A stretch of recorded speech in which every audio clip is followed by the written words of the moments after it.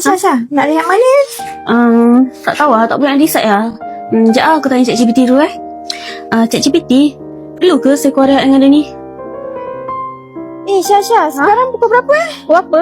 ChatGPT? Syah. Dekat tangan tu ada jam, boleh tengok kot. Oh alah, jam kat tangan je. Sekejap ChatGPT, boleh bagi tahu tak jam kat tangan saya sekarang pukul apa Syah, kau nak beli screwdriver yang mana satu ni? Ada banyak ni. Nak beli yang mana satu?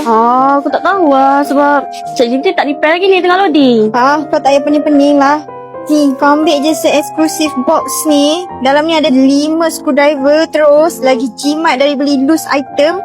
Tak sampai RM80 pun harga tu. Oh ya ke? Sekejap kau nak buat ke? Hello ChatGPT, berdasarkan gambar yang saya send kat awak, patut ke saya beli set screwdriver ni? Terima kasih tu suggestion aku beli set screwdriver ni. Murah tu, satu box macam ni RM75 je.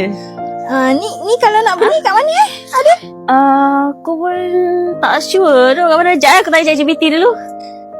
ChatGPT, sekarang saya dekat mana dah reply tu. ChatGPT cakap kita dekat nombor 31 dan 33 Jalan Molek 1/5A, Taman Molek, Johor Bahru. Lepas tu ChatGPT cakap dekat sini lah HQ dia.